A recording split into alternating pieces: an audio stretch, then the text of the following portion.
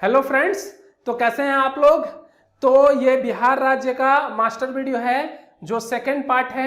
बिहार राज्य के master video की सीरीज का ये सेकंड पार्ट है और इसमें बहुत सारी चीज़ों को आज सम्मिलित किया गया है।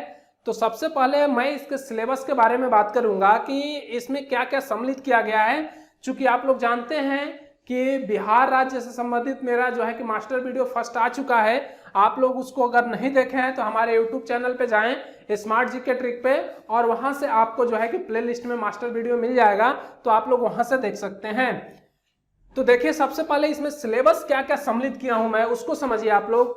तो देखिए, जो हमारी नदी का विस्तार है बिहार में, उन सारे नदियों के बारे में देखेंगे कि उनका उद्गम कहाँ से हुआ है और वह गंगा रिवर में आके कहाँ मिली है, कौन से स्थान पे मिली है, क्योंकि ये इंपॉर्टेंट हो जाता है। क्योंकि बीपीएससी का अगर आप पेपर देने जा रहे हैं तो उसके लिए तो मस्ट इंपॉर्टेंट है। अगर आप बीएसएससी देने जा रहे हैं या बिहार दरोगा मेंस देने जा रहे हैं तो उन सबके लिए जो है कि बहुत ही इंपॉर्टेंट हो जाता है। उसके बाद से जो आपका नेशनल पार्क है और अभ्यारण्य है, उन सारे नेशनल पार्क और अभ्यारण्य को यहाँ पे शामिल किया गया है।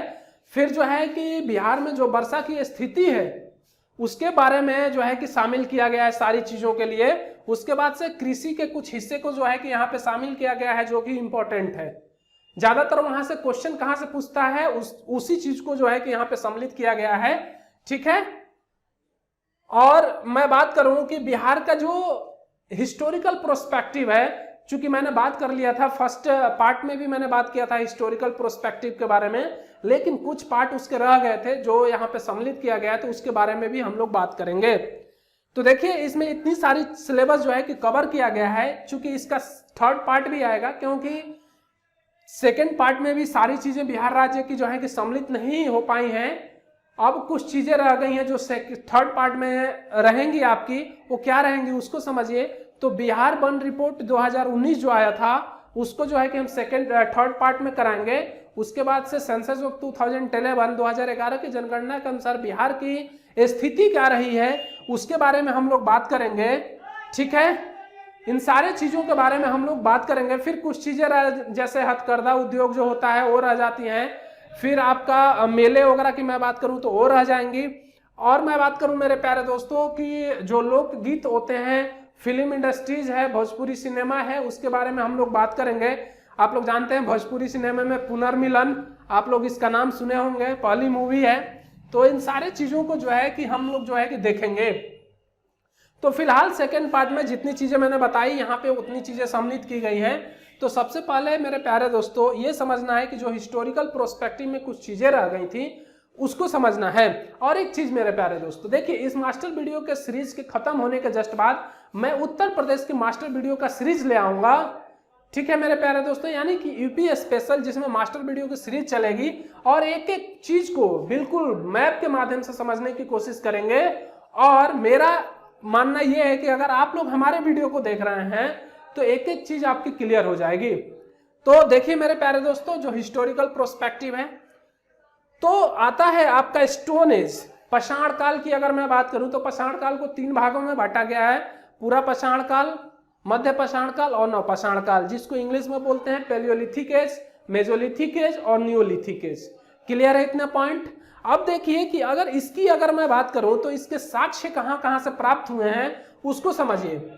तो देखिए, पूरा पाषाण काल, पैलियोलिथिक एज की अगर मैं बात करूं मेरे प्यारे दोस्तों, तो इसके साक्ष्य की प्राप्ति मुंगेर और भीम बांध से हुई है। कहां से हुआ है? मुंगेर और भीम बांध से हुई है। और आप लोग जानते हैं कि मुंगेर में एक जो है कि पक्षी अभयारण्य पाया जाता है, यानी कि वन्य जीव अभयारण्य पाया जाता है भीम बांध में। ये बहुत ही इंपॉर्टेंट है और ये 65वीं बीपीएससी के एग्जाम में आपका जो है कि ये क्वेश्चन पूछा जा चुका है प्रीलिम्स में। अब देखिए, मध्य पाषाण काल की अगर मैं बात करूं, मेसोलिथिक एज के जो साक्ष्य की प्राप्ति हुई है बिहार से, वो हुई है आपकी मुंगेर से ही। 2 नाम आपको याद करने हैं, एक पूरा पाषाण काल के साक्ष्य की प्राप्ति मुंगेर और भीम बांध से हुई है, और मध्य पाषाण काल की जो प्राप्ति हुई है साक्ष्य की, वो भी आपका मुंगेर से ही प्राप्त हुआ है। और आप लोग जानते हैं कि मोहम्मद बिन कासिम की अगर मैं बात करूं तो इसने मुर्शिदाबाद से अपनी राजधानी को कहां ट्रांसफर कर दिया था? मुंगेर। इसलिए मुंगेर बहुत ही इंपॉर्टेंट हो जाता है पेपर की दृष्टि से। नवपाषाण काल, न्यू पैलियोलिथिक एज। देखिए न्यू पैलियोलिथिक एज के जो साक्ष्य की प्राप्ति हुई है बिहार में, वो कहां से हुई है? चिरांद से प्राप्त हुआ है, और दूसरा हुआ है चेचर से। देखिए चिरांद आपका कहां पे स्थित है, ये भी पूछता है आपका सारण में आपका मैं बात करूं तो छपरा आप लोग जानते होंगे, सारण बहुत कम लोग जानते हैं, लेकिन जो है कि छपरा आप लोग जानते हैं, तो सारण में ये चिरांद पड़ता है आपका छपरा में। चेचर की मैं बात करूं तो चेचर जो है कि आपका पड़ता है वैशाली में, ठीक है। और वैशाली बहुत ही इंपॉर्टेंट हो जाता है। आप लोग इसको जानते होंगे कि जब 16 महाजनपदों का उदय हुआ था तो उसमें जो है कि एक वैशाली भी हुआ करती थी, तो आप लोग इसको वहां से देख सकते हैं आसानी से। और पूरे विश्व की मैं बात करूं तो सबसे पहले जो है कि गणतंत्र व्यवस्था जो है 16 महाजनपदों की अगर मैं बात करूं तो बज्जी आता है, आप लोग जानते हैं, वहां पे गणतंत्र व्यवस्था देखने को मिली थी, ठीक है। ताम्रयुगीन, कांस्ययुगीन या सिंधु सभ्यता की अगर मैं बात करूं तो इसके साक्ष्य की अगर मैं बात करूं तो बिहार से एक भी साक्ष्य की प्राप्ति नहीं हुई है। क्लियर है? यानी सिंधु घाटी सभ्यता की कोई भी अवशेष जो है कि बिहार से प्राप्त नहीं हुआ है। ये आप लोग गांठ मान लीजिए, ये क्वेश्चन पूछता है, बीपीएससी में पूछता है कि सिंधु घाटी सभ्यता का साक्ष्य की प्राप्ति कौन से राज्य से नहीं हुई है, तो है आपका बिहार से जो है कि सिंधु घाटी सभ्यता की साक्ष्य की प्राप्ति नहीं हुई है। क्यों? देखिए जिस टाइम 16 महाजनपद जो है कि इधर चल रहा था आपका बिहार में, उसी दौरान जो है आपका अगर मैं बात करूं तो सिंधु घाटी सभ्यता जो है कि फल फूल के बहुत चरमो सीमा पे थी। जब इधर बिहार में जो है कि मुगल साम्राज्य का जो मगध साम्राज्य का उदय हो रहा था, तो उस दौरान जो है कि सिंधु घाटी सभ्यता जो है इतनी फल फूल गई थी कि वो चरमो सीमा पे थी। ठीक है मेरे प्यारे दोस्तों, क्लियर है इतनी बात? कोई डाउट नहीं होना चाहिए। ये रहा आपका जो है कि प्रोस्पेक्टिव, हिस्टोरिकल प्रोस्पेक्टिव। इसमें कुछ पॉइंट और समझते हैं। देखिए अगर मैं बात करूं मेरे प्यारे दोस्तों कि बिहार के लिए अगर मैं बात करूं तो ऋग्वेद में 2 शब्द इस्तेमाल किए गए हैं। क्या किए गए हैं? 2 शब्द इस्तेमाल किए गए हैं मेरे प्यारे दोस्तों। पहला शब्द आता है आपका किकट। क्या आता है? पहला शब्द आता है आपका किकट, और दूसरा शब्द आपका आता है ब्रात। आप लोग यहां पे लिख सकते हैं ऋग्वेद में 2 शब्द इस्तेमाल हुए हैं बिहार के लिए। किसके लिए? बिहार के लिए। एक है आपका किकट और दूसरा है आपका ब्रात। ठीक है, ये 2 जो है कि नाम बहुत ही इंपॉर्टेंट है। किकट ऐसा कहा जाता है कि ऋग्वेद में बिहार के लिए ही ये यूज हुआ है, इसलिए इसका जो है कि नाम किकट दिया गया है बिहार के लिए। 2 शब्द, ये दोनों मस्ट इंपॉर्टेंट है। ठीक है, तो दोनों को आप लोगों को याद करने हैं। ठीक है, अब देखिए मेरे प्यारे दोस्तों, अब चलते हैं हम लोग कि वायु पुराण से एक जानकारी मिलती है। क्या होती है? वायु पुराण से एक जानकारी मिलती है। क्या मिलता है मेरे प्यारे दोस्तों कि जो गाया क्षेत्र है हमारा, कौन सा गाया क्षेत्र है जिसका बॉर्डर झारखंड से लगता है, आप लोग जानते हैं। गाया क्षेत्र में वायु पुराण से यह जानकारी मिलती है कि इधर जो है कि असुर लोग रहते थे। क्या रहते थे? असुर लोग रहते थे। इसीलिए जो है कि यहाँ पे पिंडदान करने के लिए लोग जाते हैं। आप लोग जानते हैं कि पिंडदान जो है कि गया में ही होता है, इसलिए यहाँ पे असुर लोगों का सर्वाधिक विकास था। ठीक है, गया क्षेत्र में। और मैं एक बात करूं कि गया क्षेत्र में अगर मैं बात करूं तो सर्वाधिक गर्मी पड़ती है। बिहार का एक गया क्षेत्र ऐसा है जहां पे सर्वाधिक गर्मी पड़ती है, और बिहार में जो लू चलती है ना, वो 8 से लेकर 16 किलोमीटर प्रति घंटा की रफ्तार से चलती है बिहार में लू। और आप लोग जानते हैं कि लू उत्तरी भारत में सर्वाधिक चलती है, और बिहार में जो है कि 8 से 16 किलोमीटर प्रति घंटा के हिसाब से वो रफ्तार से चलती है। चीजें क्लियर हैं? आगे बढ़े। आगे देखिए मेरे प्यारे दोस्तों, अब चलते हैं कि जो नदी घाटी की अगर मैं बात करूं कि जो नदियों का विस्तार हुआ है बिहार में, वो कैसे हुआ है उसको समझिए मेरे प्यारे दोस्तों। तो आइए उस पॉइंट पे चलते हैं। देखिए अगर मैं गंगा रिवर की बात करूं तो गंगा रिवर जो है कि बिहार के बीचों बीच से गुजरी हैं। कहां से गुजरी हैं? बीचों बीच से गुजरी हैं। और गंगा रिवर का उत्पत्ति जो है आप लोग जानते हैं कि देवप्रयाग में जब ये आती हैं, अलकनंदा और भागीरथी का जब मिलन होता है तो इनके संयुक्त रूप को गंगा नाम दिया गया है। ठीक है, और गंगा जो है कि भारत की सबसे लंबी नदी है, जिसकी लंबाई की अगर मैं बात करूं तो 2525 किलोमीटर है। कितना है? 2525 किलोमीटर है गंगा की लंबाई। और देखिए ये आपका उत्तराखंड, उत्तर प्रदेश से आपका बिहार, बिहार से पश्चिम बंगाल होते हुए जाके बंगाल की खाड़ी में गिर जाती हैं। ठीक है मेरे प्यारे दोस्तों, तो क्लियर होनी चाहिए ये बात। कहां से? उत्तराखंड से चलती हैं, उत्तराखंड से फिर उत्तर प्रदेश में आप लोग जानते हैं कि उधर सहारनपुर इलाका पड़ता है, उधर से प्रवेश करती हैं और प्रवेश करते हुए बिहार में आपका अगर मैं बात करूं तो पटना के आसपास यानी कि बक्सर के आसपास, आरा के आसपास, बक्सर के आसपास का जो क्षेत्र है आपका चौसा, वहां पे जो है कि गंगा जो है कि मिलती है बिहार से। ठीक है, और बिहार से मिलने के बाद से जो है कि बिहार के बीचों बीच से गुजरते हुए सीधे जो है कि पश्चिम बंगाल, और पश्चिम बंगाल में जाके आपका बंगाल की खाड़ी में गिर जाती हैं।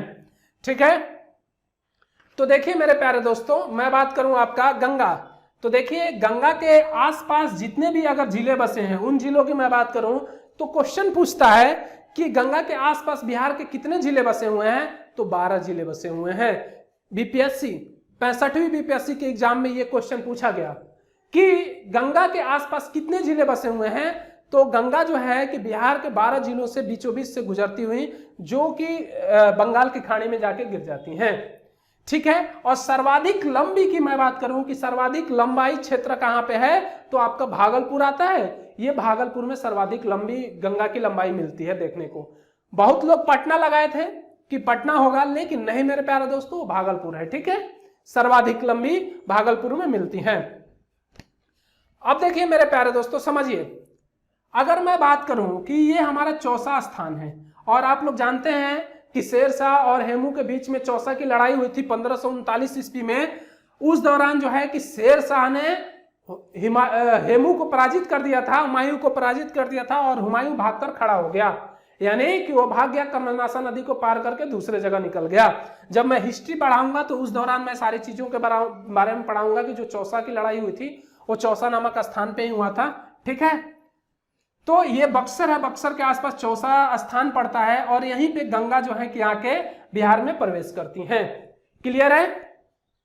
अब देखिए कि इस गंगा से अगर मैं बात करूं तो नीचे से दक्षिणी जो गंगा का मैदान है, अगर दक्षिणी गंगा के मैदान की अगर मैं बात करूं तो विंध्याचल पर्वत श्रेणी से एक नदी का उद्गम होता है जिसका नाम आता है कर्मनासा नदी।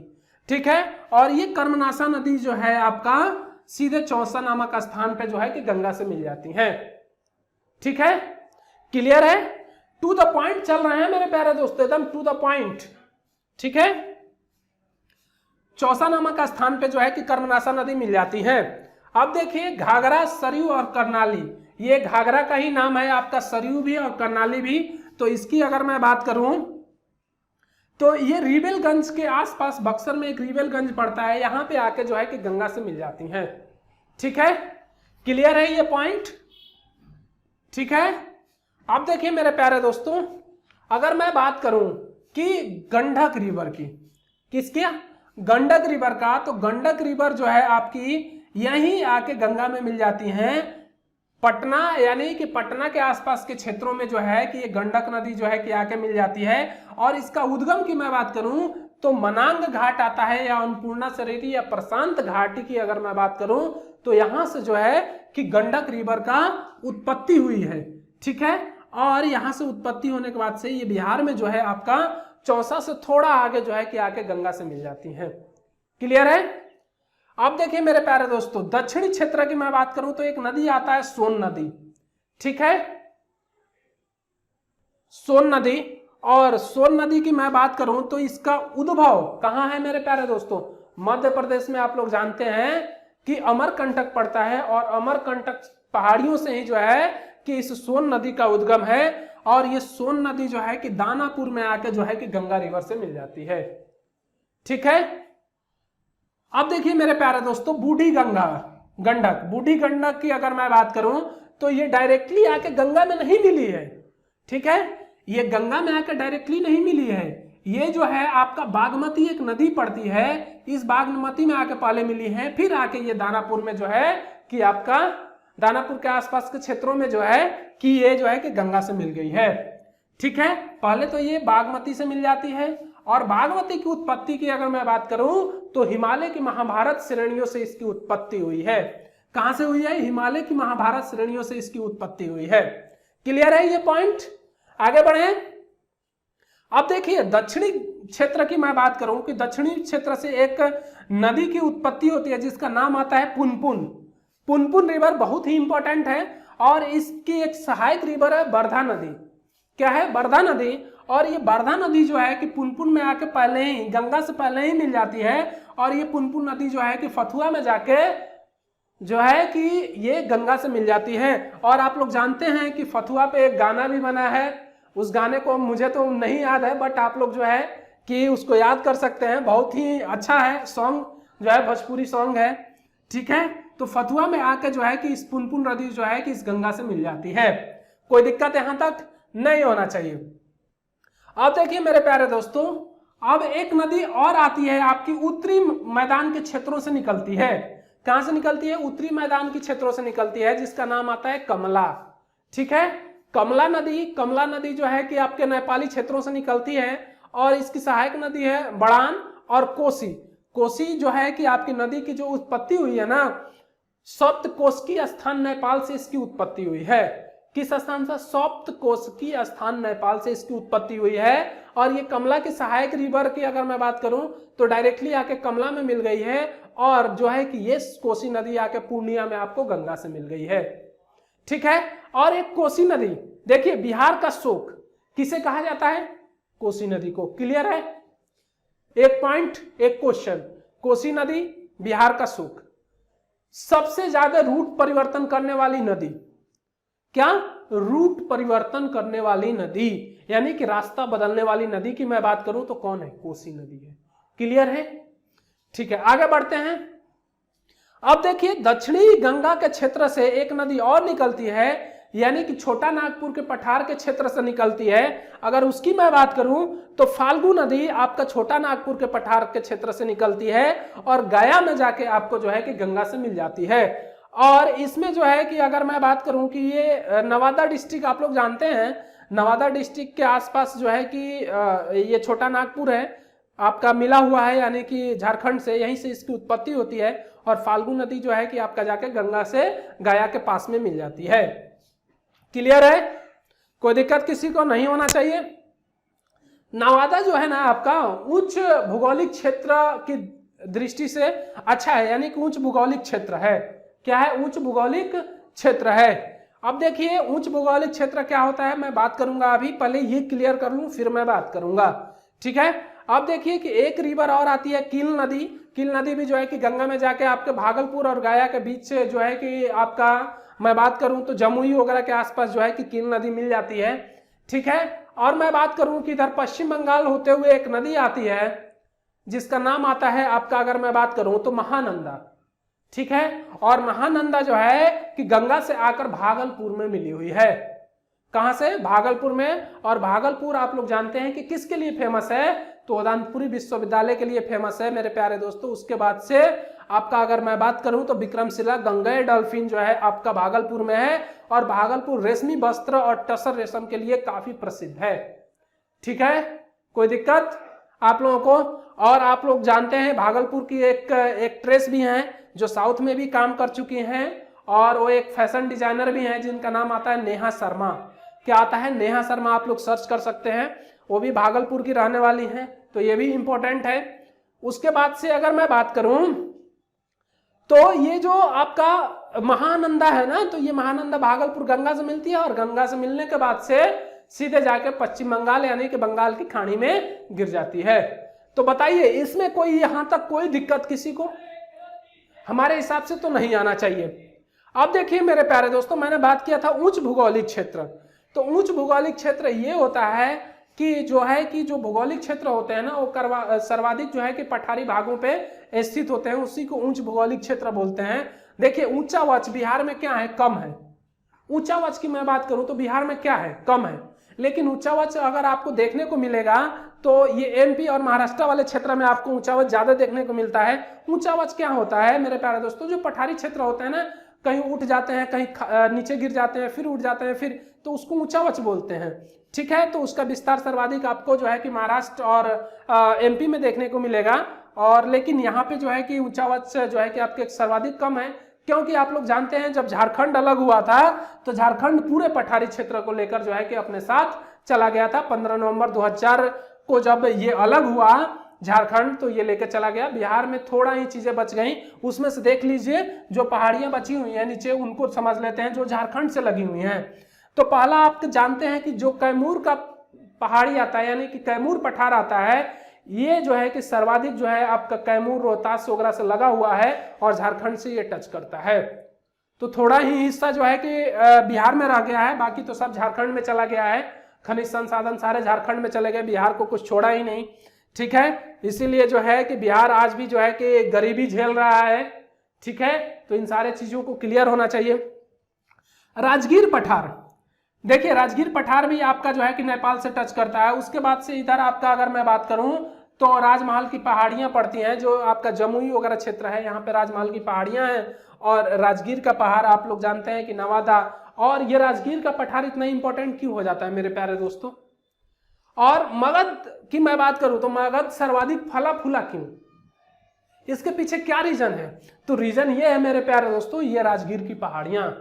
ठीक है, ये राजगीर की पहाड़ियां होने के कारण ही जो है कि मगध को इतनी सुरक्षा मिली, इतनी सिकोटी मिली कि उस सिकोटी की आड़ में जो है कि मगध इतना फला फूला कि वह उस टाइम की मैं बात करूं तो सबसे शक्तिशाली जो है कि साम्राज्य उभर के सामने आया 16 महाजनपदों में से। क्योंकि जो मगध था ना, वो चारों तरफ से पहाड़ियों से घिरा हुआ था, और घिरे होने के कारण क्या हुआ मेरे प्यारे दोस्तों कि उस पर कोई आक्रमण करने से पहले सोचता था। क्या करता था? सोचता था। इसलिए मगध जो है कि सर्वाधिक फला फूला और काफी विस्तार किया, और इसका नाम जो है कि मगध का पूरे विश्व में विख्यात है, आप लोग जानते ही हैं। ठीक है, इस मगध साम्राज्य की स्थापना आप लोग जानते हैं कि किसने किया था? सबसे पहले हर्यक वंश आता है। ठीक है तो बिंबिसार ने जो है कि आप जानते हैं कि इसका स्थापना किया था। फिर उसका पुत्र जो अजातशत्रु आता है वो भी जो है, फिर अजातशत्रु का पुत्र उदयन आता है। फिर उदयन के बाद से जो है कि आपका नंद वंश का शासन हो जाता है। फिर नंद वंश के शासन के बाद से अगर मैं बात करूं तो अनंत वंश का अंतिम शासन घनानंद, महापद्म नंद ने जो है कि ना इस पूरे मगध को इतने शक्तिशाली साम्राज्य के रूप में उभार दिया कि उसकी ख्याति पूरे दूर दूर तक फैलने लगी थी। क्या हुआ? पूरे दूर दूर तक फैलने लगी थी, इतनी दूर दूर तक फैली थी कि लोग जो है कि मगध के नाम से डरते थे। और जब सिकंदर का आक्रमण हुआ ना मेरे प्यारे दोस्तों भारत में, तो उस टाइम सिकंदर की सेना ने यह सुन रखा था कि नंद वंश के शासकों के पास इतनी पैसा है, भरमार पैसा है, और उसी डर से जो है कि सिकंदर ने जो है कि आक्रमण करने से पीछे हट गया। ठीक है, यही रीजन है कि उसकी सेना अपार संपत्ति है उसके पास। तो उन सारी चीजों जो है कि फैक्ट रहा जो मगध साम्राज्य को उभारने में मदद मिली, और उसको एक विशाल साम्राज्य जो है कि बनाने में मदद मिली। इन सारे चीजों का अपना अपना महत्व रहा। ठीक है, अब देखिए मेरे प्यारे दोस्तों, अब हम बात करेंगे कि जो कृषि जलवायु क्षेत्र है उसको समझिए मेरे प्यारे दोस्तों। बिहार जो अगर मैं बात करूं तो बिहार 4 कृषि जलवायु क्षेत्र में बटी हुई है। कितने कृषि क्षेत्र में बटी हुई है? 4। कौन कौन सा? पहला है पश्चिमोत्तर मैदान, ये हम अपने हिसाब से बनाए हैं। पश्चिमोत्तर मैदान का क्षेत्र, जो पश्चिम वाला बेल्ट है, ये वाला बेल्ट की अगर मैं बात करूं तो ये वाला बेल्ट आपका जो है कि इस मैदान का क्षेत्र। उसके बाद से पूर्वी मैदान का क्षेत्र, पूर्वी मैदान ये आ गया आपका। ठीक है, कौन कौन सा? आपका किशनगंज, पूर्णिया, कटिहार, भागलपुर, ये भागलपुर, बांका, ये सारे पूर्वी में आ जाएंगे। दक्षिण पश्चिमी का मैदानी भाग, दक्षिण पश्चिम का मैदानी भाग आप लोग समझ रहे होंगे। दक्षिण पश्चिम, ये आपका दक्षिण और ये पश्चिम, ये वाला बेल्ट जो है। ठीक है, उसके बाद से दक्षिण का पठारी भाग जो है, ये पठारी भाग जो भी है, ये 4 जो है बेल्ट सम्मिलित किए गए हैं। ठीक है मेरे प्यारे दोस्तों, कोई दिक्कत? तो ये 4 की मैं बात करूं, सर्वाधिक पश्चिमी क्षेत्र में जो है कि त्रिवेणी नहर से जो है कि सर्वाधिक सिंचाई होती है भारत में, आप लोग जानते हैं। सॉरी, भारत में कह रहा हूँ, बिहार में, इधर पश्चिमी क्षेत्रों में सर्वाधिक जो है कि सिंचाई जो है कि त्रिवेणी नहर से हुई है। और त्रिवेणी नहर जो है कि आपका अगर मैं बात करूं तो नेपाल और बिहार की संयुक्त परियोजना है, ठीक है। जो इसकी अगर मैं बात करूं, ये गंडक रिवर पे एक परियोजना बनाई गई है, आप लोग जानते हैं, जो उत्तर प्रदेश और बिहार की संयुक्त परियोजना है। और इनसे जो है कि सर्वाधिक बिहार और उत्तर प्रदेश में सिंचाई होती है। अब देखिए मेरे प्यारे दोस्तों कि ये तो रहा आपका जो है कि जो 4 जलवायु क्षेत्र में बांटा गया है कृषि को, ये मोस्ट इंपॉर्टेंट है, ठीक है। उसके बाद से अब चलते हैं कि सर्वाधिक बिहार में जो वर्षा वाले क्षेत्र हैं वो कौन से हैं। तो देखिए मेरे प्यारे दोस्तों, जो बंगाल की खाड़ी है ना, ये हमारा, ठीक है, पूर्वी क्षेत्र में बंगाल की खाड़ी लगी हुई है। तो इस बंगाल की खाड़ी में मानसून आता है, जिसकी वजह से जो है कि इस वाले क्षेत्र में जो है कि सर्वाधिक जो है कि वर्षा होती है। अब समझिए मेरे प्यारे दोस्तों, गंगा के ऊपरी का जो क्षेत्र होता है उसको समझ लीजिए, फिर मैं वर्षा वाला क्षेत्र बताता हूं। तो ये गंगा के ऊपरी वाला जो क्षेत्र है, उत्तरी गंगा का मैदान बोलते हैं, और नीचे वाला दक्षिणी गंगा का मैदान। अब देखिए कि ये बाढ़ प्रभावित क्षेत्र है। उत्तरी गंगा का मैदान जो है ना, ये बाढ़ प्रभावित क्षेत्र है, और दक्षिणी गंगा का मैदान सूखा प्रभावित क्षेत्र है। सबसे कम जो है कि इधर वर्षा होती है, बाढ़ भी कम आता है, ठीक है। अब देखिए, अगर कृषि उपजाऊ की मैं बात करूं तो उत्तरी गंगा का जो मैदान है ये काफी कृषि उपजाऊ क्षेत्र है, क्योंकि सर्वाधिक जो है कि इधर जो है कि जलोढ़ मिट्टी का विस्तार हुआ है। इधर भी जलोढ़ मिट्टी का विस्तार हुआ है, लेकिन इधर थोड़ा सा जो है कि सूखा क्षेत्र पड़ता है, क्योंकि वर्षा जो है इधर कम होती है, इसलिए इसे सूखा क्षेत्र बोला जाता है, ठीक है। अब देखिए कि जब ये कृषि उपजाऊ क्षेत्र है, और आप लोग जान चुके हैं कि कृषि उपजाऊ क्षेत्र है तो कृषि जलवायु को 4 भागों में बांटा गया है, आप लोग समझ चुके हैं, ठीक है। अब मैं वर्षा की बात करूंगा तो पश्चिम बंगाल की खाड़ी से जो मानसून आता है, उस मानसून के कारण इस पूर्वी क्षेत्र में बारिश होता है, ठीक है। और सर्वाधिक वर्षा की अगर मैं बात करूं तो किशनगंज के बाद पूर्णिया के बाद कटिहार, ठीक है। यानी कि किशनगंज में सर्वाधिक वर्षा होती है, फिर आपका पूर्णिया में होता है, फिर आपका कटिहार में। अब मैं बात करूं कि बिहार में लगभग जो है कि वार्षिक औसत वर्षा कितना होता है, तो 125 सेंटीमीटर होता है। कितना होता है? 125 सेंटीमीटर। और सर्वाधिक वर्षा किशनगंज, और सबसे कम वर्षा की अगर मैं बात करूं तो मैंने आप लोगों को बताया कि ये बीच वाला जो क्षेत्र है, पटना वाला क्षेत्र, इसमें सबसे कम वर्षा होती है। क्लियर है पॉइंट? कोई दिक्कत यहां तक किसी को नहीं होना चाहिए। अब चलते हैं मेरे प्यारे दोस्तों कि जो हमारे अभयारण्य आते हैं, वन्य जीव आते हैं, उनको समझते हैं, उनको देखते हैं, क्योंकि वो बहुत ही इंपॉर्टेंट टॉपिक है। समझिए, देखिए आप लोगों को कुछ नाम याद करने हैं। एक तो नेपाल से सटे हुए जो हमारे डिस्ट्रिक्ट हैं वो, और दूसरा आपका अगर मैं बात करूं तो पश्चिम वाला क्षेत्र की अगर मैं बात करूं तो इसमें जो भी डिस्ट्रिक्ट हैं उनको याद करने हैं। फिर झारखंड के नीचे वाले हिस्से में जो है कि आपके सटे हुए जो भी डिस्ट्रिक्ट हैं उनको याद करने हैं। और इधर पूरब की मैं बात करूं तो इस पूरब में जो है कि सटे हुए जितने भी डिस्ट्रिक्ट हैं उन डिस्ट्रिक्टों का नाम याद होना चाहिए, तो आपको आसानी से चीजें याद हो जाएंगी। देखिए कैसे मैं याद करवाता हूं आप लोगों के लिए। सबसे पहले मैंने बताया था आप लोगों के पार्ट फर्स्ट में पीसी का मतलब होता है, आप लोग प्रियंका चोपड़ा से रिलेट करके याद कर सकते हैं, पश्चिमी चंपारण। और पश्चिमी चंपारण की अगर मैं बात करूं मेरे प्यारे दोस्तों तो महात्मा गांधी ने अपने जीवन का प्रारंभिक स्थिति जो है यहीं से शुरुआत की थी। पहला आंदोलन महात्मा गांधी जो इस भारतवर्ष के धरती पे आए वो यहीं से चालू किए थे। अपना चंपारण सत्याग्रह उन्होंने किया।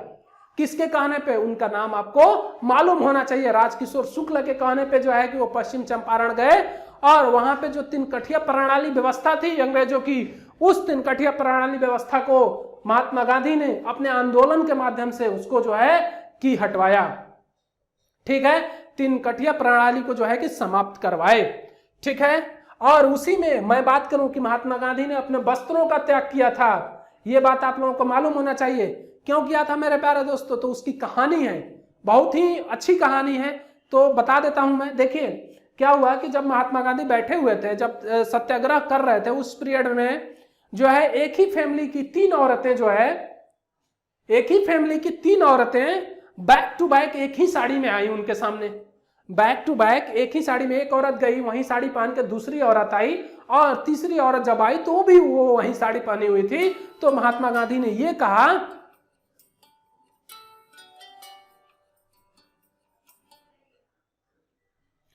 तो महात्मा गांधी ने ये कहा मेरे प्यारे दोस्तों कि ये औरतें तो जो है कि साड़ी तो पहनी नहीं है, ये साड़ी एक ही साड़ी में आ रही हैं, तो हम अपना वस्त्र क्यों पहने। तो उन्होंने अपना वस्त्र जो है कि त्याग दिया था, सिर्फ वो ट्रेडिशनल यानी कि धोती पहनते थे, ठीक है। और धोती पहन के जो है कि वो अपना जो है कि पूरे आंदोलन को, पूरे भारतवर्ष को आजादी दिलाने में उनका अहम भूमिका रहा, ठीक है। बहुत लोग महात्मा गांधी जी को गाली देते हैं कि उन्होंने गलत किया, लेकिन नहीं मेरे प्यारे दोस्तों, देखिए वो अपने जगह पे बिल्कुल सही थे, उनमें कोई जो है कि उन्होंने बिल्कुल अपने हिसाब से सही कार्य किए, कोई दिक्कत नहीं। तो देखिए आप लोग उनका सम्मान करिए और सम्मान के साथ साथ उन्हें एक अपना आइडियल बनाइए, क्योंकि महात्मा गांधी जैसा व्यक्ति तो हो ही नहीं सकता भारत में, ठीक है मेरे प्यारे दोस्तों। तो उन सारी चीजों को आप लोगों को समझना चाहिए।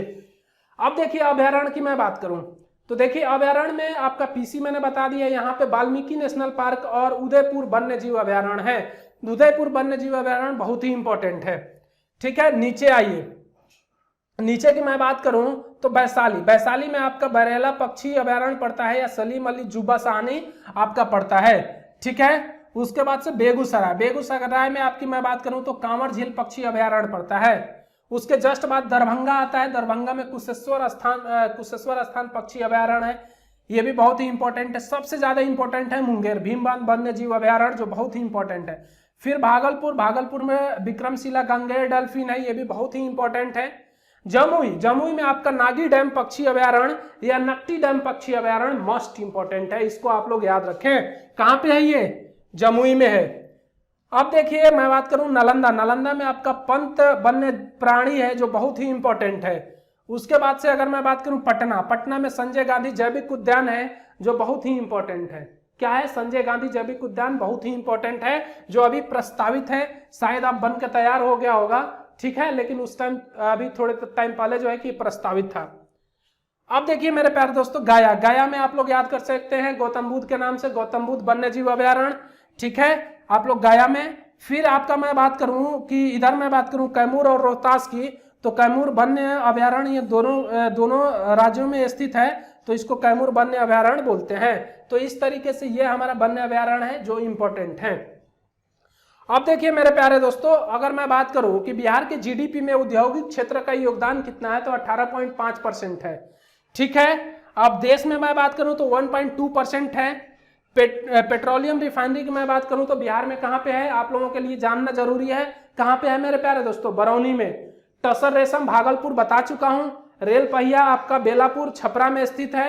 सीमेंट कारखाना डालमिया नगर रोहतास, ठीक है, ये रोहतास पड़ता है, यहाँ पे कैमूर के पास में रोहतास यहाँ पे पड़ता है। देखिए यहाँ पे कैमूर, ये रोहतास है, यहाँ पे स्थित है। जूट, जूट में अगर मैं बात करूं तो सर्वाधिक कटिहार दरभंगा, ठीक है। और आपका मैं बात करूं तो ये आपका दरभंगा के बाद से समस्तीपुर एक पड़ता है, वहां पे। बीड़ी, बीड़ी एक ही जगह जमुई में सर्वाधिक उपजाई जाती है। सोना भंडार करमेटिया गांव मुंगेर में स्थित है, सोना का भंडार। खनिज संसाधन में मैं बात करूं तो मैग्नीज आपका पटना गया मुंगेर में। अबरक की मैं बात करूं तो गया जमुई बांदा और नवादा में, ठीक है। चीनी मिल आपका भागलपुर में स्थित है। चिकनी मिट्टी की मैं बात करूं तो भागलपुर में सर्वाधिक मिलते हैं। टीन गया में, एस्बेस्टस मुंगेर में, यूरेनियम गया नवादा में, ठीक है। यूरेनियम सर्वाधिक विस्तार है गया और नवादा में। तो देखिए मेरे प्यारे दोस्तों, ये हमारा जो है कि सेकंड मास्टर वीडियो है, और इस सेकंड मास्टर वीडियो में बहुत सारी चीजें आप लोगों को जो है कि समझ में आई होंगी। अगर आप लोगों को थोड़े भी चीजें समझ में आई होंगी तो हमें कमेंट करके जरूर बताएं। अगर आप हमारे चैनल पर नए हैं तो सबसे पहले इसको सब्सक्राइब करें और लेटेस्ट वीडियो नोटिफिकेशन पाने के लिए बेल बटन को भी प्रेस करें। और आप लोग कमेंट करेंगे तो हम भी मोटिवेट होंगे कि हमें मास्टर वीडियो आप लोगों के लिए प्रोवाइड करना चाहिए। एक एक पॉइंट को मैं जो है कि नोट करते हुए यहाँ पे चलता हूँ मेरे प्यारे दोस्तों, सिर्फ और सिर्फ आप लोगों के लिए। तो आप लोग मेरे वीडियो को फॉरवर्ड, शेयर, सब्सक्राइब जरूर करें। तो एट लास्ट यही कहूँगा, जय हिंद।